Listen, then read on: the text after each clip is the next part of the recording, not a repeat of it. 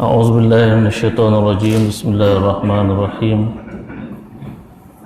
السلام عليكم ورحمة الله وبركاته. الفاتحة. أعوذ بالله من الشيطان الرجيم.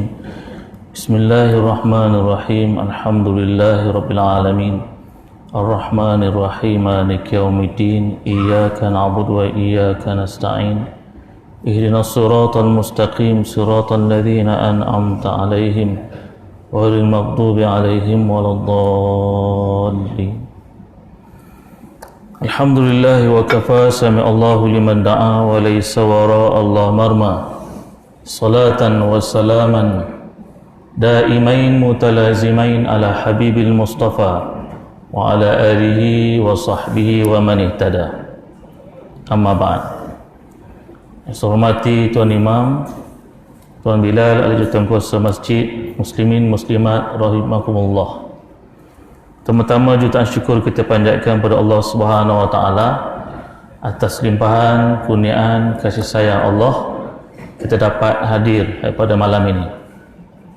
Insya-Allah pada malam ini kita akan telusuri lagi hadis Nabi SAW dari kitab Tajzib Atraful Hadis. Hadis yang pertama, "U'tiyat ummati syai'an lam yu'tahu ahadun minal umam ay yaqulu 'inda al-musibati inna lillahi wa inna ilaihi raji'un."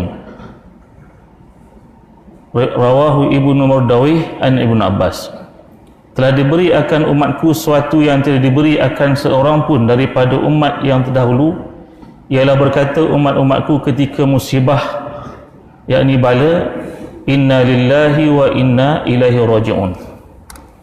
Hadis yang pertama pada malam ini, Nabi SAW menyatakan sesuatu yang diberikan oleh Allah Ta'ala kepada umatnya, iaitu umat Nabi, iaitu kita, yang tidak diberi kepada umat-umat yang lain, iaitu apabila ditimpa musibah maka dia menyebut inna lillahi wa inna ilaihi raji'un. Sesungguhnya semuanya adalah milik Allah dan sesungguhnya semuanya akan kembali pada Allah Jalla Jalaluh. Perkataan musibah, apa maksud perkataan musibah?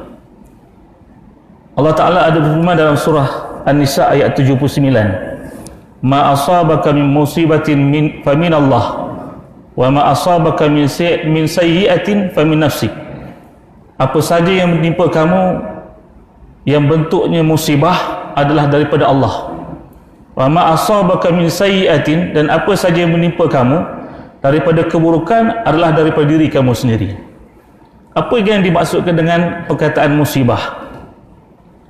Musibah sebenarnya adalah bermaksud apa saja yang menimpa, sama ada kebaikan atau keburukan. Antara yang biasa kita doa ketika musim hujan ni, apa doa turun hujan? Allahumma sayyiban nafi'an. Wahai Allah, timpakanlah kami dengan hujan yang beri manfaat. Jangan kau timpakan hujan yang boleh bagi mudarat. Sayyiban.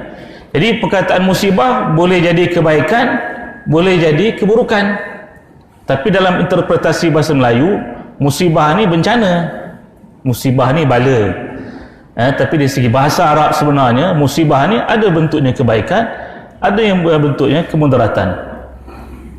Iaitu apabila kita ditimpa dengan kebaikan, musibah, maka sayugianya, salah ayatnya kita menyebut atau mensyukuri nikmat Allah. Seperti mana kita pada malam ini, saya menyampaikan kuliah pada malam ini adalah musibah ni pada saya.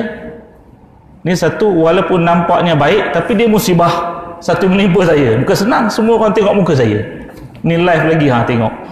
Salah sikit orang nampak salah, hilang yang benda yang baik. Ni musibah ni. Jadi selayaknya kalau kita menganggap sesuatu yang menimpa kita tu baik, syakara. Paling mudah spontan kita bersyukur adalah dengan menyebut alhamdulillah. Dan apabila sesuatu yang menimpa kita ni mudarat, yang sifatnya buruk, sabara, seharusnya kita sabar. As-sabru 'inda sadmatil ula. Sabar yang paling tinggi ini adalah sabar yang apabila ketika ditimpa musibah, masa berlakunya itu nilai kesabaran yang sangat-sangat tinggi. Adakah kita melatah, adakah kita marah, adakah kita buat tindakan yang luar kawalan. Di situ boleh menilai kesabaran kita. Allah Ta'ala berfirman dalam surah Al-Baqarah ayat 156, alladzina idza asabatuhum musibah qalu inna lillahi wa inna ilaihi raji'un. Yang mana mereka apabila ditimpakan kepada mereka musibah, kebaikan atau keburukan, mereka tetap menyebut inna lillahi wa inna ilaihi raji'un. Sesungguhnya semua kita ni adalah lillahi, milik Allah. Allah yang punya, kita pinjam sekejap. Dan bila-bila masa saja boleh kembali pada Allah. Semua akan kembali pada Allah. Yakin ke tak yakin? Yakin ke tak yakin? Pasti akan berlaku. Yang amat perlu kita yakin, kematian. Sebelum saya datang kuliah pada malam ini, pukul 6.50, kawan saya dari Tanjung Belanja, Ustaz, kami Tanjung Belanja ni baru lepas ke bumi kan orang, pukul 3.30, baru lepas ke bumi, 10 minit lepas ke bumi, ada seorang lagi mati. Rumah yang sama, adik-beradik yang sama. Jenuh ke maghrib dan baru sesar katanya. Jadi ini satu musibah. Pasti semuanya akan kembali pada Allah Ta'ala. Pasti akan kembali. Sebab semua ini adalah milik Allah Jalla Jalaluhu. Baik. Semua-semua dari Allah adalah baik, walaupun yang kita nampak adalah tidak baik. Apa saja yang ditakdirkan oleh Allah Ta'ala adalah baik. Ada kebaikan. Biasanya kebaikan tu boleh kita lihat setelah berlakunya peristiwa. Kebaikan hujan itu boleh kita lihat setelah berlakunya hujan. Kebaikan banjir itu boleh kita lihat setelah berlakunya banjir. Contoh musibah yang besar berlaku pada tahun 2006, musibah tsunami di Aceh. Bila berlakunya musibah, kita nampak Allah ni tak sepatutnya kenakan musibah pada masyarakat Aceh. Serambi Mekah masyarakat Aceh ni, ulama'nya ramai, orang alimnya banyak.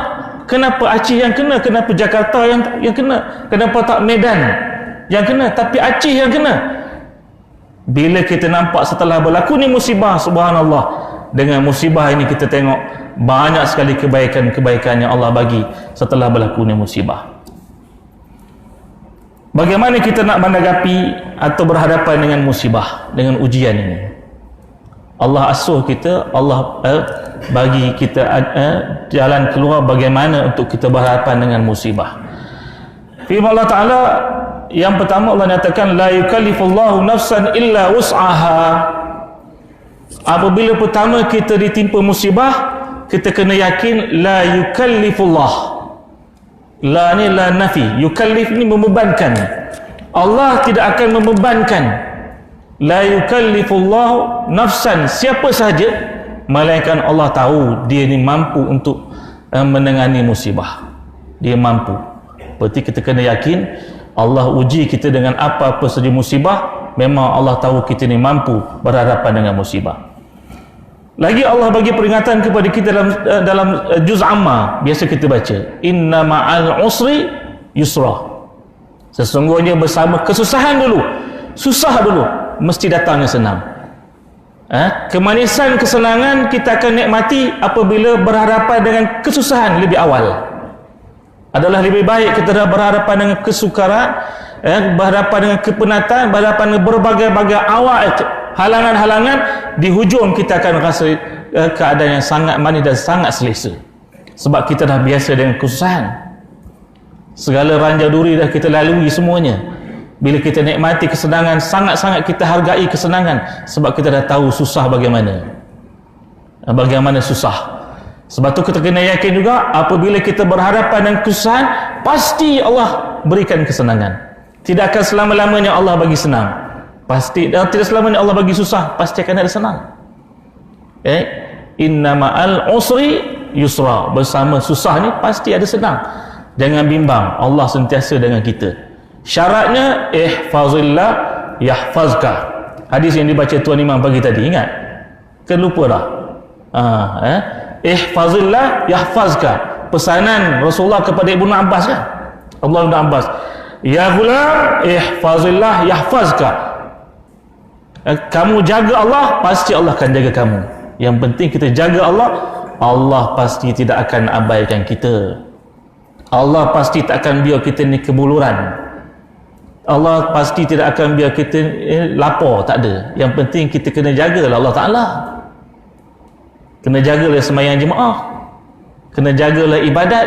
Kalau kita tak jaga, tidak ada jaminan dari Allah. Fazkuruni azkurkum. Bila kamu ingat aku, pasti aku ingat kamu. Masalahnya kita tak mau jaga Allah, kita tak mau ingat Allah, maka Allah dengan mudahnya membiarkan kita. Dalam surah Al-Baqarah juga ada menyebut, dalam ayat yang lain, yuridullah bikumul yusra wa la yuridu bikumul usra. Allah mahukan bagimu adalah kemudahan, kesenangan, dan Allah tidak mahu bagi kamu kesusahan. Allah bagi kita senang, Allah nak kita senang, dan bukan saja Allah nak menyusah-nyusahkan kita. Dalam ibadat, kalau kita musafir, mana lebih aula? Musafir dengan jarak yang membolehkan kita sembahyang jamak dan qasar, mana lebih utama? Mana lebih banyak pahala? Kita sembahyang jamak atau sembahyang tamam? Kita boleh jamak dan qasar solat. Contoh musafir ke Kuala Lumpur, waktu maghrib kita jamak dengan waktu maghrib jamak dengan isyak. Berhenti di Tapah, jamak dengan isyak. Atau kita sembahyang maghrib 3 rakaat, sampai di Kuala Lumpur sembahyang isyak 4 rakaat. Mana lebih aula? Lebih baik, lebih banyak pahala kita raikan rukhsah yang Allah berikan itu, iaitu kita sembahyang jamak dan qasar sekali. Kerana itu lebih banyak pahala. Jadi pahala ni bukan sifatnya kiraan nombor. Kiraannya sifatnya adalah afdal. Yang afdalnya mana? Mana yang afdal? Bukan kiraan nombor, bukan kiraan bilangan. Kemudian Allah juga ada menyatakan, ada hadis juga menyebut, innallaha idza ahabba qaumun ibtalahu. Sungguhnya Allah apabila menyukai satu kaum, Allah akan uji dia. Bila Allah nak sayang satu kaum, Allah akan uji. Bila Allah sayangkan seseorang, Allah akan uji. Jadi selayaknya bila kita mendapat ujian Allah, penenang hati kita adalah inna lillahi wa inna ilaihi raji'un. Sabar je lah. Bila sabar ni satu kemanisan. Memang susah kita nak sabar. Sebut sabar memang sangat mudah, tapi nak laluinya sangat susah. Al-Imam Ibn Qayyim ada mengklasifikasikan musibah ini atau ujian ni kepada, musibah yang sifatnya ujian ni kepada 3. Yang pertama al-ba'su, yang kedua ad-dararu, yang ketiga dipanggil az-zalzalah. Ujian tingkat yang pertama sifatnya al-ba's, sifatnya simple, mudah, senang ditangani, walaupun ia satu ujian, tapi mudah untuk kita tangani. Yang kedua adalah sifatnya darar, mudarat, seperti pandemik COVID-19 ni satu mudarat yang besar. Boleh tak tangani? Boleh, tapi kena sabar. Al-ba'su tadi kita sendiri boleh tangani, tapi ad-darar kita kena ramai-ramai, kena sabar, kena patuhi. La darara wa la dirar. Kemudian musibah yang paling tinggi yang kita terpaksa akur dengan musibah ni sifatnya zalzalah, goncangan. Bila goncang muka bumi ni, apa pula lagi? Kiamat lah. Mana nak lari? Zalzalah ni hanya pasrah dan redha saja dengan ketentuan Allah Jalla Jalaluh. Jadi apapun musibah yang menimpa kita yang sifatnya ujian atau buruk, selayaknya kita bersabar atas ujian itu. Dan kalau musibah itu sifatnya baik, kita kena syukuri dan kena menghadapi dia dengan segala perasaan ikhlas dengan Allah Jalla Jalaluh. Contoh, kita dapat jawatan atau kita dapat anak yang bagus. Anak kita ni semuanya bagus, pandai-pandai belaka. Orang puji kita, siapa yang tak puji, semua orang puji. Jadi selayaknya kita mensyukuri nikmat ini, mensyukuri musibah ujian ini dengan menyebut hadza min fadli rabbi. Alhamdulillah, hadza min fadli rabbi. Segala puji bagi Allah, ini adalah kurniaan dari Allah. Jangan kita ingat bila Allah bagi sesuatu yang istimewa, Allah tak uji, pasti Allah akan uji. Dan kita ingat semua anak-anak kita ni bagus, dia satu keistimewaan, tidak, pasti Allah akan uji satu masa nanti. Tapi kebiasaannya Allah akan mulai dengan kesusahan, kesukaran, dan setelah itu kita akan menikmati kesenangan dan kebahagiaan. Itu hadis yang pertama dari kitab Tazhib atau hadis ini. Kita masih lagi hadis yang dimulai dengan huruf alif ya. Susunan Tazhib atau hadis ni, hadisnya mengikut susunan hijaiyah huruf alif. Hadis yang kedua, u'tul ajira ajrahu qabla an yajifa araquhu wa alimuhu ajrahu wa huwa fi amalihi, rawah al-Baihaqi. Hendaklah kamu beri akan pengupah kuli kamu itu sebelum daripada kering peluhnya, dan hendaklah kamu beritahu akan dia sekian upahannya di masa ianya sedang bekerja. Ini adab kita ngupah orang, adab kita ada pekerja. Apa sabda Nabi? U'tu al-ajira ajrahu, hendaklah kamu beri akan pengupah, yakni kuli kamu itu sebelum daripada kering peluhnya. Jangan dah kerja dah siap, upah tak dapat-dapat. Pening lah kita kalau orang yang bekerja. Sebelum dia selesai kerja, dah dekat-dekat nak habis, bagi. Jangan mula-mula kerja dah bagi. Jadi masalah orang Melayu lain melanjut macam ceritanya. Nak buat renovate ni ustaz, 9,000 tak banyak. Ustaz bayar setengah dulu pun tak apa. Bayar setengah. Kita duk percaya ke orang Melayu nak tolong orang Melayu. Orang Melayu kalau tak tolong orang Melayu marah. Bila tolong ni masalah. Bayar 4,000 setengah. Kerja belum buat lagi. Nak nyenangkan hati kita, datang lori pasir. Lori pasir yang tu. Datang bata. Dilanggatnya simen 3-4 kampit. Kerja belum lagi? Belum. Ustaz, duit dah habis katanya. Macam mana nak mula kerja ni? Bagi 1,000. Datang pukul 9. Datang pukul sampai pukul 9. Minum teh dulu. Teh pukul. Minum teh, jembang. Pukul 10 baru megang cangkui. Pukul 12 mana tak balik? Pukul 12, oi tak balik. Lohor ni balik katanya. Pukul 12, lambat lagi Johor. Datang balik pukul 2.30. 2.30 kan baru sejam setengah, udah nak azan asar pula katanya, balik. Bila nak selesai kerja? Jadi kita boleh jadi masalah. Jadi adab kita, Nabi ajar sini. U'tul ajira ajrahu qabla an yajifa urqahu. Sebelum kering peluh, bagi upah. Maknanya di sini kerja dah mula, dah berjalan, tapi belum selesai, sikit lagi nak selesai. Kita bagi upah. Wa alimuhu ajrahu wa huwa fi amali. Khabar dia, bagi tahu dia berapa upahnya apabila dia mula kerja, bagi tahu. Dan kita sebagai orang yang mengambil yang bekerja juga, kita maklumkan kepada orang yang mengupah kita, upahnya sekian banyak. Mesin rumput luar ini RM50 katanya. Sekarang mesin rumput pun mahal. Kena dapat 2 laman satu hari, cukup lah. Dapat 100 sehari mesin rumput je. Mesin rumput belakang naik highlight mesin rumput orang sehari 100. Siapa tak nak? Sebulan dah 3,000, lepas bayar. Tu baru mesin rumput je. Baik, Allah Ta'ala menjelaskan melalui kisah yang berlaku kepada Nabi Musa AS tentang kita nak upah orang ni. Ciri-ciri orang yang diupah, ciri-ciri pekerja yang kita harap-harapkan. Kita sebagai majikan, apa ciri-ciri yang perlu kita tengok yang ada pada pekerja kita? Berlaku pada Nabi Musa AS, sehingga dikahwinkan dengan salah seorang wanita ini. Apa pujian kepada Nabi Musa oleh wanita ini sebelum dikahwinkan oleh ayahandanya? Inna khaira man istajarta al-qawi al-amin. Ciri yang pertama, kita nak ambil pekerja, dia mesti seorang yang al-qawi. Al-qawi ini bukan hanya kekuatan pada fizikal dia, badan dia mampu buat kerja yang kita amanahkan, dia juga mesti ada kemampuan dari segi ilmu dia dan pengalaman. Kita nak upah orang bekerja macam-macam rumput tadi lah.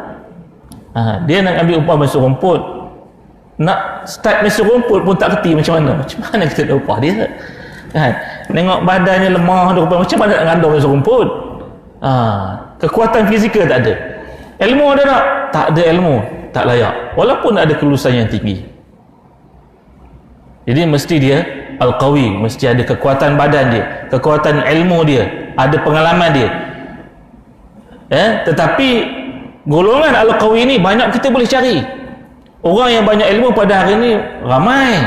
Yang graduate pun ramai, tak ada macam dulu. Dulu kalau lengkau parit tu yang graduate boleh bilang dengan jari. Sekarang dah melano-lano orang kata orang. Ramai dah orang graduate ni. Orang ada degree dan cukup ramai, tak kisah pun. Dulu masuk Surabaya, masuk universiti tuan-tuan. Abang saya yang tu masuk universiti, masuk Surabaya dia. Sebab jarang orang masuk universiti. Kan? Sekarang masuk Surabaya, penuh Surabaya nama orang masuk universiti je lah. Semuanya boleh bayar. Nak jadi doktor pun bayar kan. Walaupun tak ada kelayakan, tak ada. Jadi yang pertama mesti ada al-qawi, kita kena tengok dia. Yang kedua ni sangat susah untuk kita teliti, iaitu al-amin.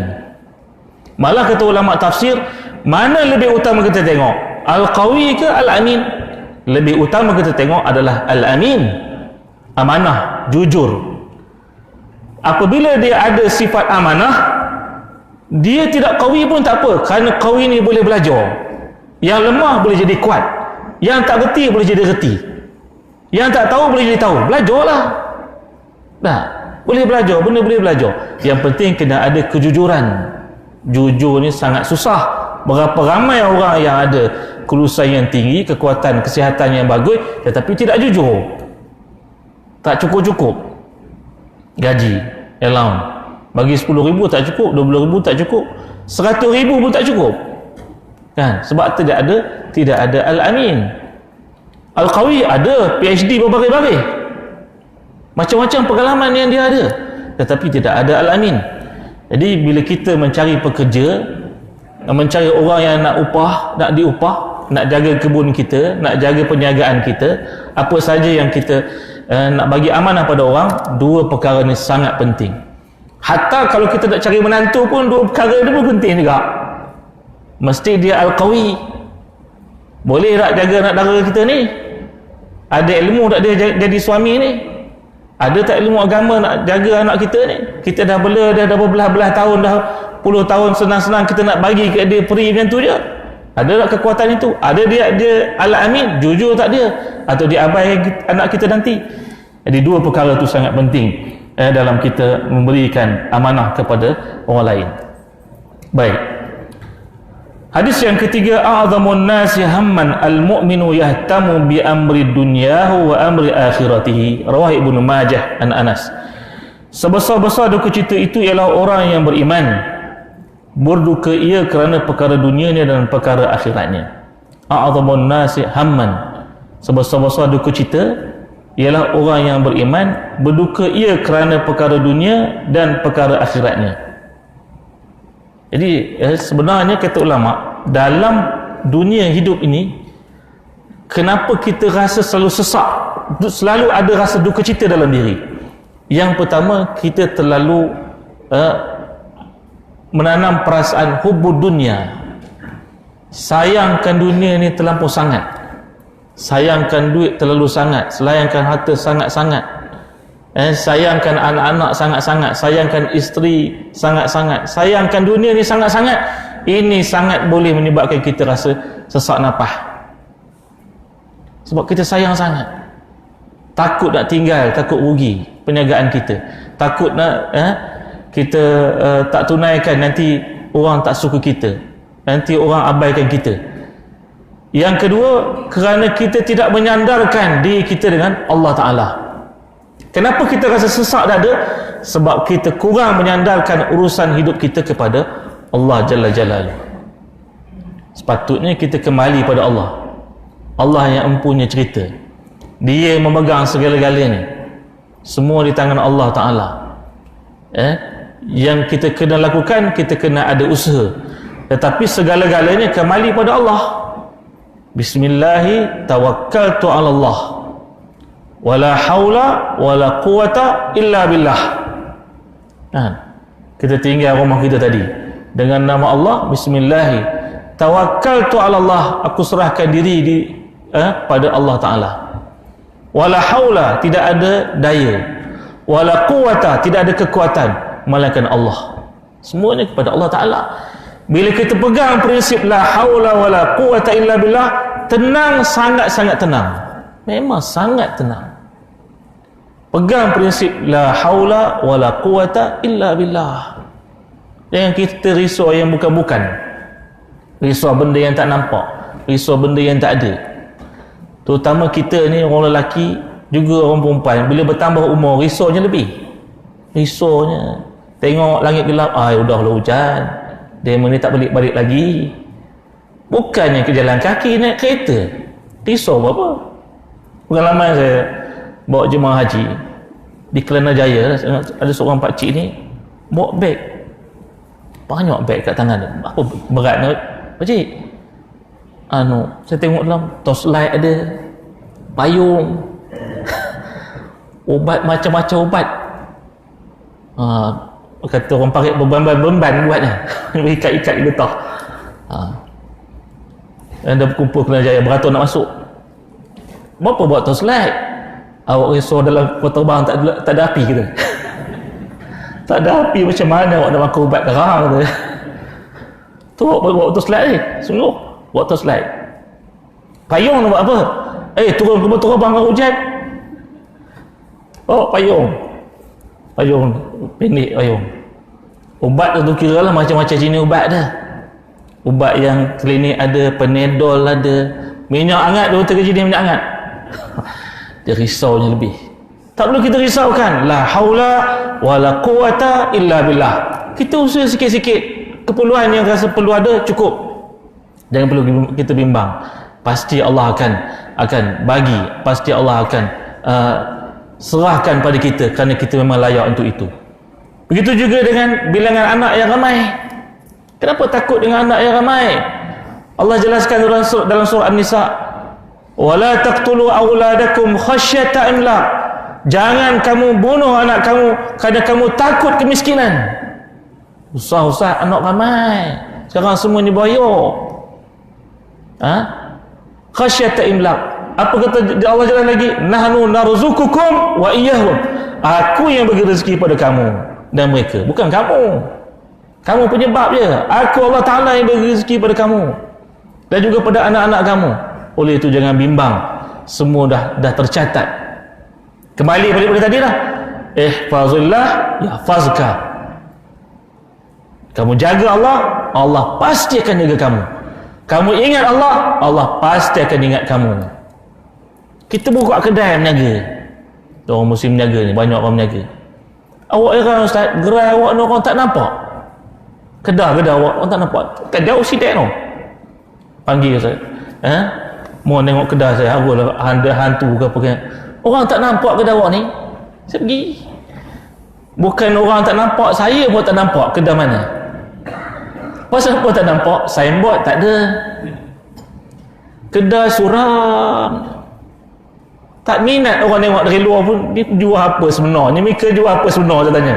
Mereka jual apa sebenarnya? Saat mereka barang ada jual. Mereka kalau nak cantik, pasang lah signboard besar. Berlampu signboard ni, malam-malam pasang lampu ni, dari jauh dah nampak. Kedai sekian katanya. Orang nampak lah.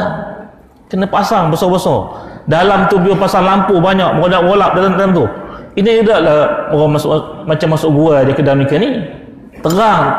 Mereka tengok 7-Eleven tu, sikit banyak lampu tu. Jadi jangan serahkan begitu aja, kita kena usahalah. Kena buatlah, barulah kita akan berhasil. Baik. Kemudian a'zamun nisa'i haqqan 'alal mar'ati zawjuha wa 'azamun nasi haqqan 'alal rajuli ummuhu. Sebesar-besar kewajipan manusia di atas perempuan itu suaminya, dan sebesar-besar kewajipan manusia di atas lelaki itu ibunya. Ni pun penting. A'zamun nasi haqqan 'alal mar'ati zawjuha. Sebesar-besar kewajipan manusia di atas perempuan suaminya, dan sebesar-besar kewajipan manusia di atas lelaki itu ibunya. Kewajipan yang sangat perlu dilaksanakan oleh seorang perempuan, yang pertama adalah suami dia. kena tunaikan tanggungjawab sebagai suami. Dalam hadis yang masyhur ketika Nabi pulang dari Isra Mi'raj, aku melihat ke dalam syurga, aku dapati kebanyakan ahli syurga itu al-fuqara.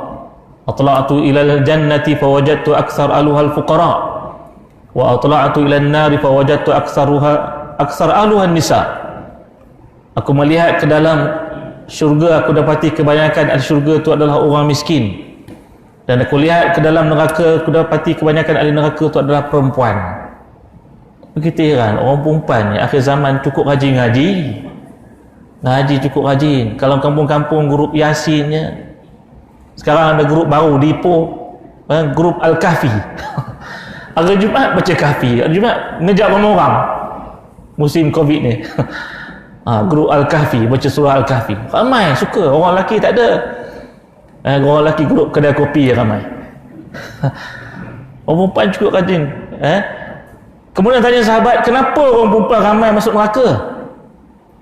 Ayakfurna billah, adakah mereka ni kufur kepada Allah? Tidak, kata Nabi, walakin yakfurna bil ashir, tetapi mereka ni kufur dengan suami. Sebab tu isteri kena jaga hati suami dia elok, lebih daripada menjaga hati ibunya. Isteri kena jaga, kena cari mana yang suami suka, kena tahan, kena halang sesuatu yang suami tak suka. Jangan yang tak suka tu diulang-ulang, dibuat-buat, dilakukan. Suami tak suka.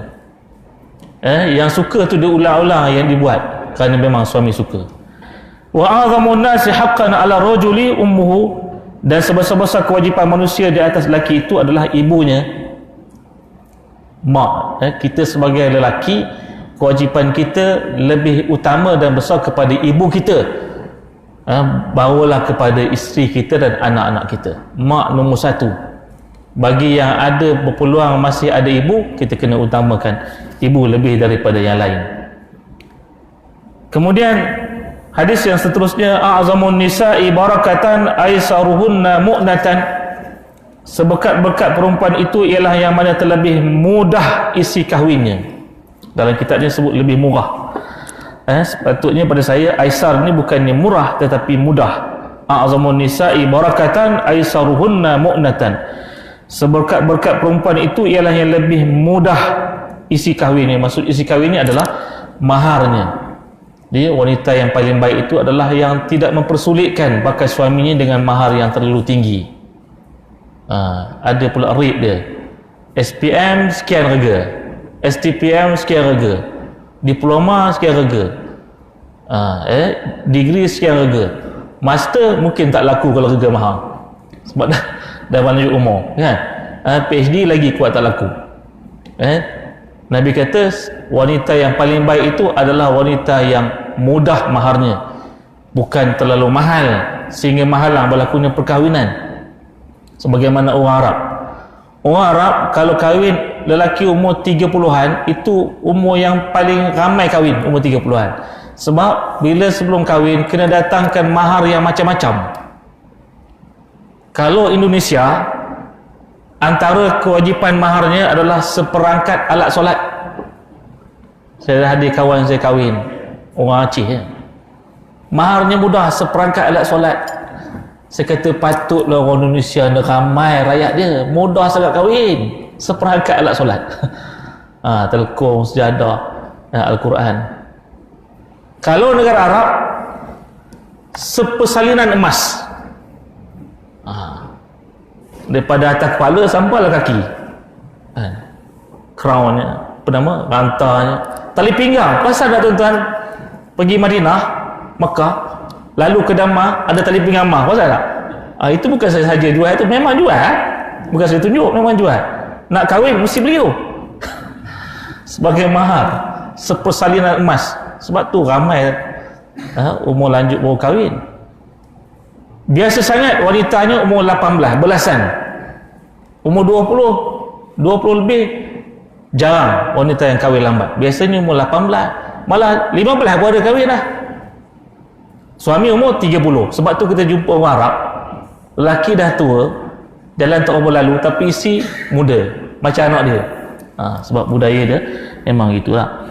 Nak ceritakan pada malam ini, a'zamun nisa'i barakatan aisaruhunna mu'natan. Wanita yang besar berkatnya adalah mereka yang mudah maharnya, bukan yang dipersulitkan maharnya.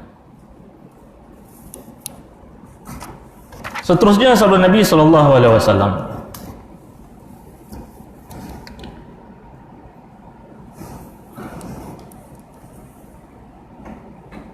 afdalud du'a an tas'ala rabbaka al-'afwa wal 'afiyah fid dunya wal akhirah. Fa innaka idza a'taitahuma fid dunya thumma a'taitahuma fil akhirah faqad aflahta. Seafdal doa itu bahawa engkau pinta Tuhan engkau maafkan dan afiatkan dunia akhirat. Sama sekali yang demikian apabila diberi akan dikau kedua-duanya di dunia, kemudian diberi pula di akhirat, maka sesungguhnya bahagialah engkau. Afdalud du'a an tas'ala rabbaka al-'afwa wal 'afiyah fid dunya wal akhirah. Antara versi doanya, Allahumma inna nas'aluka al-'afwa wal 'afiyah wal mu'afata ad-da'imata fid din wa dunya wal akhirah. Fa innaka idza a'taitahuma fid dunya summa a'taitahuma fil akhirah faqad aflahta. Apabila engkau diberikan afiat dunia dan afiat akhirat, maka engkau akan bahagia.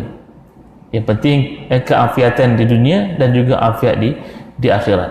Sebenarnya dalam solat pun kita selalu berdoa ketika duduk antara dua sujud lah. Sebab tu afdalnya bila solat ni kita telitikan bacaan ni. Jangan nak lekah je, nak cepat ya. Bacaan tu penting. Walaupun sekali kita sebut, kita hayati bacaan. Rabbil firli warhamni wajburni warfa'ni warzuqni wahdini wa'afini wa'fu anni. 8 doa. Tak kita tak faham lagi kan ya. Jadi sangat baik kalau kita adakan kuliah ringkas erti bacaan dalam solat supaya kita boleh menambahkan khusyuk dalam solat. Syaitan sangat jahat dalam sembahyang. Dua keadaan yang suka dia kacau khusyuk kita dalam solat. Yang pertama ketika baca Fatihah, kacau kita, merewang-rewang kita Fatihah. Dah rasanya udah ke iya ke nak bodoh, dah sampai hujung waladhdallin, dah rasa macam belum, macam ayat lalu waladhdallin baru sedar. Jahat tak jahat syaitan. Mulut sebut ni tapi kita tak tahu fly ke mana, tak tahu, tak ada fokus, dia kacau kita. Lagi satu dia suka kacau ketika tahiyat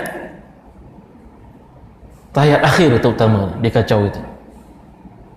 Macam-macam fikiran kita, macam-macam jelingan selintasan mata kita, macam-macam lah. Ada orang dia suka iltifat kaltifati sa'lab. Bila semayang, bila tahiyat, dia iltifat kaltifati sa'lab, menjeling seperti jeling serigala. Nabi sangat tak suka orang yang bila semayang suka jeling-jeling tengok. Ada ketahiyat yang apa itu tu dalam hati. Bila nak khusyuk, ya Allah, jari tak henti-henti. Kan macam-macam tu tahiyat tu. Ada gitu pusing. Sungguh kan? Sekarang tahiyat akan berhati. Pusing mana? Tahiyat berdawat atas. Ada yang atas, tak ada bawah-bawah. Sebutan at-tahiyat ni. Atah. Semalam saya dah mengajar di satu masjid di belah-belah parit. Saya imam di belakang ni. Kuatnya at-tahiyatnya tu, tak jumpa-jumpa atah-atahnya tu. Kacau saya baca tahiyat. Geram saya. Lepas tu saya tengok belakang, siapa kau orang ni? Atah. La ilaha illallah. Orang parit atah. Tak mana yang ada sabdu, tak mana yang tak ada sabdu. Tengok balik buku, mana yang ada sabdu, mana yang tak ada sabdu. Atah katanya. La haula. Jari, tengok kaki, duduk tawarruk pun tak boleh. Dia suka tengok.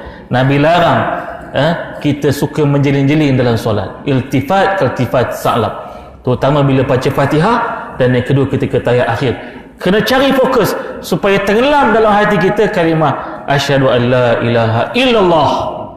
Tenggelam betul. Ini tak tahu jari tu dia tegak je. Mana asyhadu? Tak terasa asyhadu masuk hati. Rasa di mulut je. Asyhadu tak rasa masuk hati ni.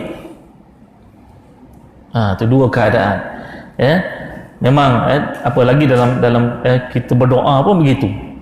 Dalam berdoa pun begitu. Kurang khusyuk. Bagusnya berdoa kita faham doa kita. Pada saya pribadi, saya lebih suka kita doa yang kita faham maksud dia. Bahasa kita lah. Kalau kita Jawa lah. Banjur lah. Lebih seronok, boleh menghayati. Bandingkan kita doa dalam bahasa Arab, kita pun tak faham. Bawa orang tawaf, satu kumpulan ni, wa nas'aluka tijaratan lan tabur. Doa yang sebenar. Aku mohon kepada engkau wahai Allah, perniagaan yang sama sekali tidak akan rugi. Tapi dia sebut apa? Mungkin mata dah kelemayaknya, tak apa nampak. Wa nas'aluka tijaratan lan tabul. Aku mohon pada Allah perniagaan yang tidak akan kencing-kencing. Sebab tu kencing doa kerja ni. Lan tabul. Lain dengan lan tabur. Lam tu nampak, ra tu nampak macam lam. Malu kita. Apa je doa betul tak? Siapa pula nak kencing siapa? Jadi sebaiknya kita doa, seorang-seorang kita doa yang kita faham. Boleh kita hati, mohon dengan sungguh-sungguh. Baru datangnya kesungguhan dalam kita berdoa. Baik. Hadis yang terakhir pada malam ini,